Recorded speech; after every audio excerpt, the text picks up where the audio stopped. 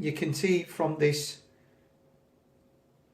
batch of chilli plants that there are some that are well and truly ripened, such as this one here and this one. Others that are at the semi-ripe stage, such as this orange one there, and some that are nowhere near being ready. And what I want to do is show you how I extend the length of time in which we can keep the chilies on the plant. At this point, I'm not so concerned about too many new pods being formed. Obviously, with the light levels now being low, as far as I'm concerned, the chilli growing season here in the northwest of England is more or less done. Unless you're growing them in conditions under growing lights, then I would say that's it. So the idea is that I start thinning off branches that don't contain chilli pods on them, like this one here I've kept a hold of, and so on. And the idea is that I just basically remove a lot of the leaves so that when we do keep the plant on a windowsill, it reduces the chance of aphid infestation and just keeps it a little bit clear.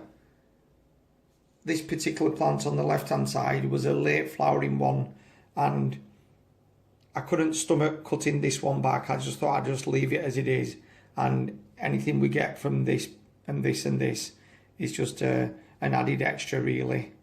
So I'll show you how I tidied up the plant, and this is actually the first phase of what I would say is overwintering the chilli.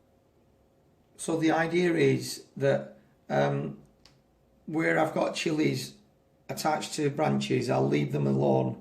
But if you look at this particular one, there's no pod forming on it, and that one can be removed.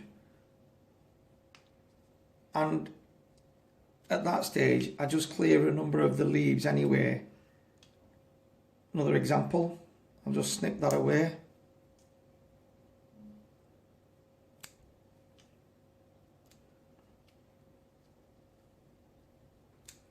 And in effect, I'm defoliating the plant. And as I've said, I've found from experience that, for instance, this is not worth keeping, and I'll just clear it of excess leaves.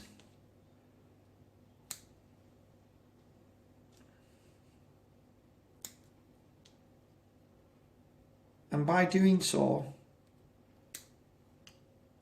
I actually think that it helps promote the ripening. It stresses the plant a little bit, and if anything, with the light levels being low, the plant's struggling with all the leaves and branches, so I think it actually helps.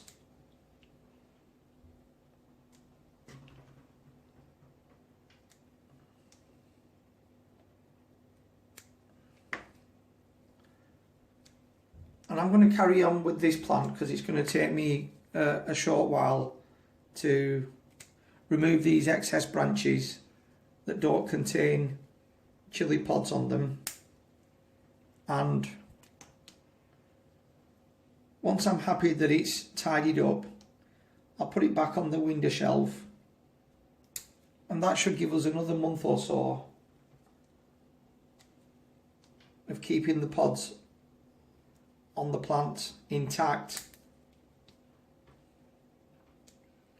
As I say, it's something I've been doing recently in the last few years, and I found that if I don't trim off these excess branches and excess leaves, before you realise it, you've got an aphid infestation, and I certainly don't like using sprays anyway. And for those of you who grow plants and keep plants indoors, you know how messy that can get. So it's just a case of investing a little bit of time in tidying up the plant now, and then you've got your skeletal structure of the chilli plant with the various pods on it, ripening at different stages. You can see straight away that it's just bare branches with the odd smattering of leaves, but on the whole you're then focusing on ripening the chilli pods. So like I said earlier, this is the black chilli that I applied that treatment to, where I removed a number of the excess branches and a lot of the leaves, and you can see that it's actually helped encourage ripening. And we've had this plant in this state for a couple of weeks, and I think it'll keep like this for at least another month or so. That's just something for you to think about. As I say, it's a practice that I've been doing for a couple of years now, and it just extends our length of season of chilli keeping.